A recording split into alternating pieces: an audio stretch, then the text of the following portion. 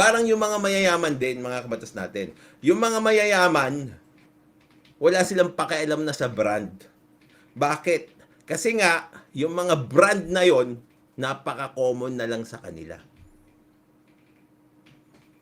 Parang yung mga mayayaman na nag-aaral sa Ateneo, yung mga mamahaling bag nila, Louis Vuitton, Goyard, tsaka iba-iba pang mamahaling bag, mga Gucci, ganyan, linalagyan lang nila ng mabibigat na libro.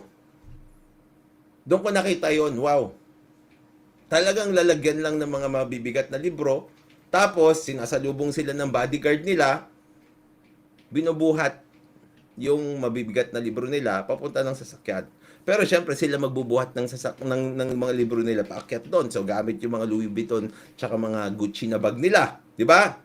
Wala silang pakialam kung mabigat o mapipigtas 'yon. Kita mo, yung mga mamahaling bag nila gamit na gamit.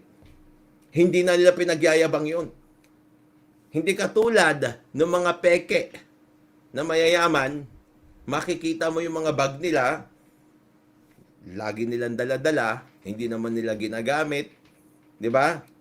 Pinampoporma lang, walang laman sa loob kasi baka ma-deform.